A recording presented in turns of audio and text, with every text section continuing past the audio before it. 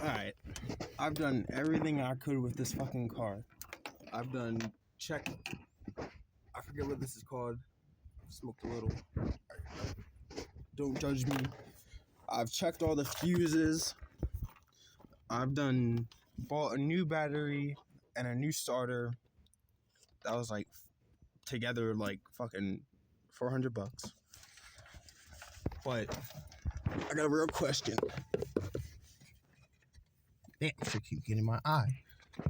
Am I supposed to have a clutch switch on a DX manual?